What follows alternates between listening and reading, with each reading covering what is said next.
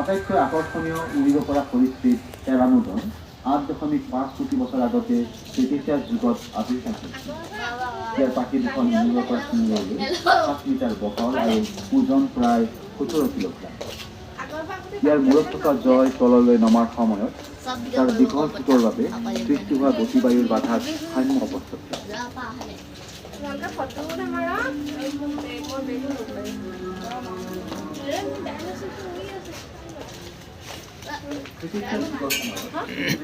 ভূমিখণ্ডৰ পৃথকীকৰণ প্ৰক্ৰিয়া চলি আছিল।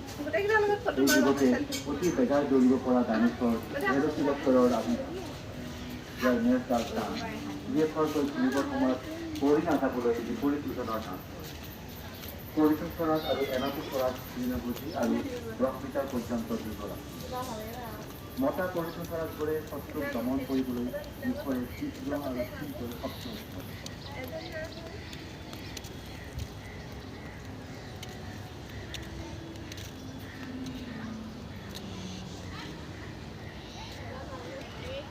সময়ৰ লগে লগে চিকিৎসাৰ যুগত বিভিন্ন ধৰণৰ ডাইনোচৰ আৱিষ্কাৰ প্ৰায় ৬ মিটাৰ দীঘল জন্তু জেলিফিছৰ উৎপত্তিৰ নিচিনাকৈ বেগাই চলিব পাৰে। তিনিটা ডাঙৰ ভূমিৰ ওপৰত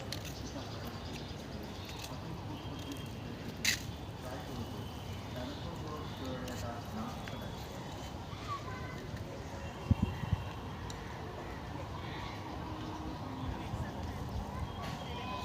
মূৰৰ পৰা মেজলৈ টান গৰমেৰে আগুৰি থকাৰ লগতে শৰীৰৰ দুয়োকাষে ডাঙৰ আৰু দীঘল ঘোঁৰাকাই থকা ইয়াৰ মেজৰ মূৰত ডাঙৰ আৰু গধুৰ ঘোঁৰা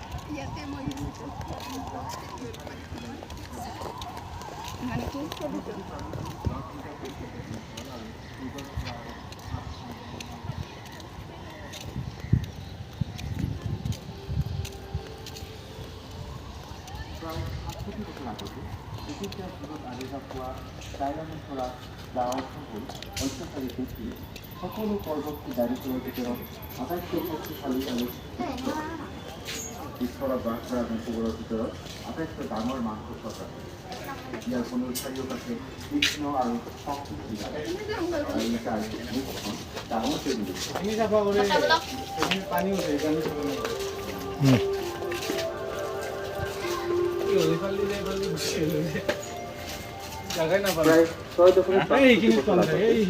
ডাইনোচৰ যুগ শেষ হোৱাৰ পাছত নৱজীৱীয় মহাকল্প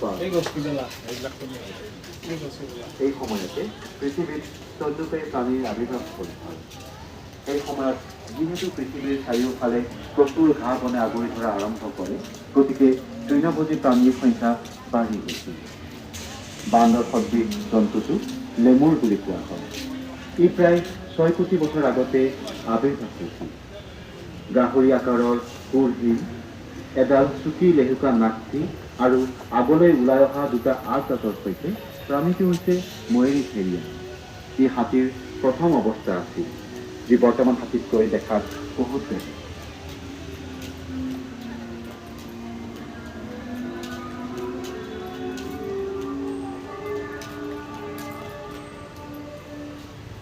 প্ৰকাণ্ড আৰু ভাতসদৃশ শক্তিশালী ঠোঁটৰ প্ৰাণীটো হৈছে উৰিব নোৱাৰা চৰাই ডায়াক্সিন।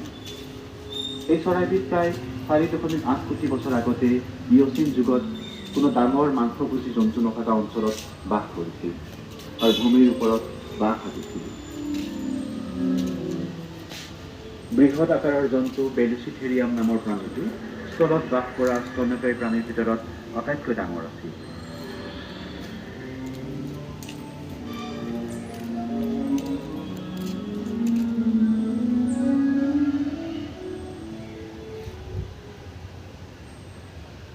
প্ৰায় ২.৫ কোটি বছৰ আগতে মিঅ'চিন আৰু প্লিঅ'চিন যুগত প্ৰকনোচুল নামৰ বন মানুহৰ আৱিৰ্ভাৱ হয়।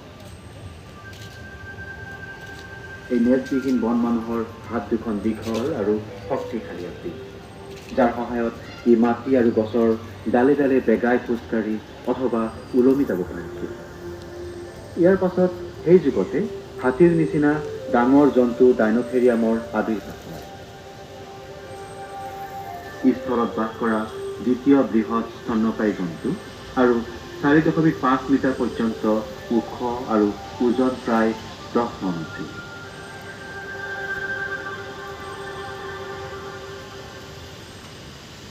এনেকৈ জীৱ-জন্তুৰ ক্ৰমবিকাশৰ যাত্ৰা চলি থাকি বহুত নতুন নতুন জীৱৰ আবিৰ্ভাৱ ঘটিছিল। ভালুক সদৃশ ওখ জন্তুটো হৈছে মেগাথেৰিছ। ই প্ৰায় 20 লাখ বছৰ আগতে প্লিষ্ট'চিন যুগত আবিৰ্ভাৱ হয়। ই ভৰিৰ কাষৰ আৰু আঙুলিৰ গাঁঠিৰ ওপৰত ভৰ দি লাহে লাহে খোজকাঢ়ে।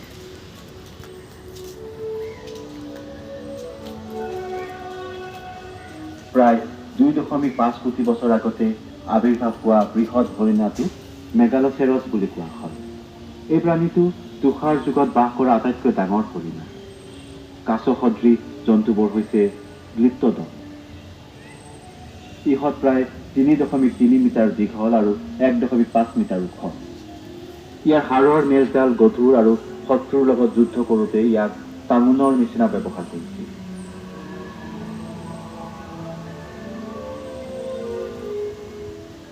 ইয়াৰ পাছত সেই প্লিষ্ট'চিন যুগতে প্ৰায় 70,000 বছৰ আগতে বাঘ সদৃশ জন্তু স্মাইলোডনৰ আবিৰ্ভাৱ হয়। ইয়াৰ ওপৰৰ কুকুৰ দাঁতকেইটা দাঁতিৰ নিচিনা প্ৰায় 20 চেণ্টিমিটাৰ দীঘল আৰু ইয়াৰ সহায়ত ডাঙৰ চিকাৰক হান মাৰি ডিঙিৰ ৰক্তনলী ছিঙি দিয়ে।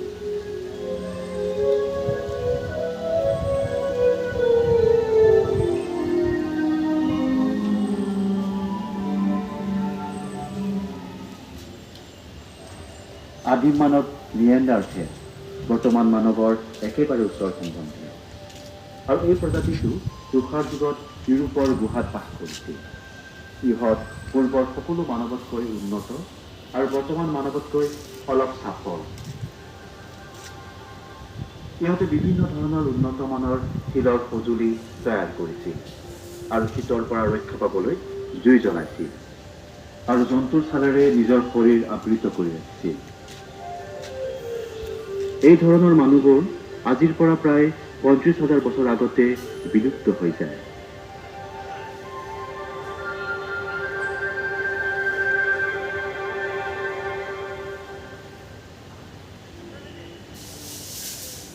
জীৱৰ ক্ৰমবিকাশৰ এই ধাৰা এতিয়াও চলি আছে। প্ৰতিটো জীৱই নিজৰ ধৰণে ক্ৰমানুসাৰে সলনি হৈ আছে। ক্ৰমবিকাশৰ এই প্ৰণালীত বহু প্ৰাণী বিলুপ্ত হৈ গ'ল আৰু বহু নতুন প্ৰাণীৰ আবিৰ্ভাৱ হ'ল। বৰ্তমান ঐতিহাসিক যুগৰ কোনো ধৰণৰ প্ৰাণী জীৱিত অৱস্থাত নাই। কিন্তু এতিয়াও এই পৃথিৱীৰ ওপৰত বহু ধৰণৰ প্ৰাণী বসবাস কৰি আছে।